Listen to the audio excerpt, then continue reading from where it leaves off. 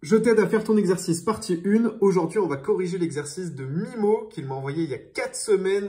Désolé, où il me demande, je pense, de l'aide pour faire un tableau de variation pour la fonction f de x qui est égale à 3x au carré moins 6x. Le domaine de définition de f de x, du coup, c'est R et on va essayer de l'aider sur son exercice.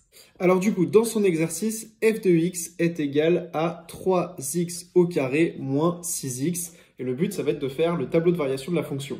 Bon, moi, je vais passer du coup par la dérivée. Je trouve que c'est plus clair, plus rapide. La fonction f, c'est une fonction polynôme qui est définie sur R et qui est dérivable sur R. Donc, on est parti pour calculer la dérivée.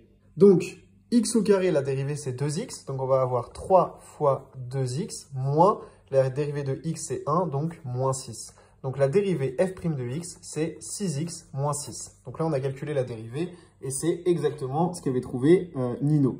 Donc maintenant, pour faire les variations de f, il nous faut le signe de sa dérivée. Donc déjà, on va essayer de se demander quand est-ce que sa dérivée est nulle.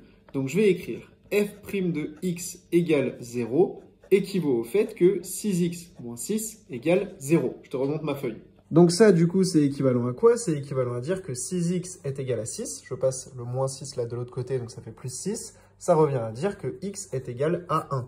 Donc je sais que la dérivée, elle est nulle lorsque x est égal à 1. Mais maintenant, est-ce que la dérivée, elle est positive avant 1 ou après 1? Pour le savoir, on peut faire une petite inéquation.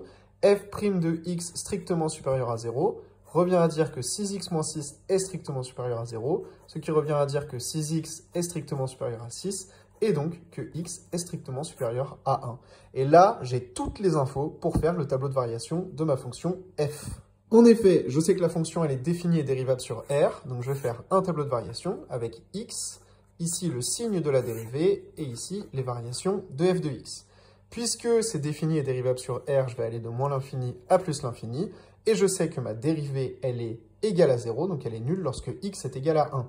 Donc lorsque x est égal à 1, je sais que la dérivée elle est nulle. Et je sais maintenant qu'elle est strictement positive lorsque x est strictement supérieur à 1, donc ici, et donc que dans le reste des cas, eh bien, elle est négative. De là, je peux en déduire les variations de ma fonction f. Lorsque la dérivée est négative, la fonction est décroissante. Lorsque la dérivée est positive, la fonction est croissante. Pour finir, ici, pour avoir un tableau de variation complet, je dois noter la valeur de f de x lorsque x est égal à 1. Donc pour le savoir, c'est super simple. Je remplace x par 1 et par 1, donc ça fait 3 fois 1 au carré, donc 3 fois 1, 3, moins 6 fois 1, 6, donc ça fait 3 moins 6, ça fait moins 3. J'ai la valeur juste ici, et j'ai donc mon tableau de variation de ma fonction f. Donc Mimo, là on peut dire que ton tableau de variation il est incomplet, parce que tu n'as pas représenté quand la fonction est croissante ou décroissante. Là tu as commencé à calculer la valeur, donc on voit que tu as trouvé moins 3, mais tu l'as finalement barré, on sent que tu étais un peu hésitant. Donc voilà, il ne faut pas oublier de faire les variations de la fonction dans ton tableau, c'est super important.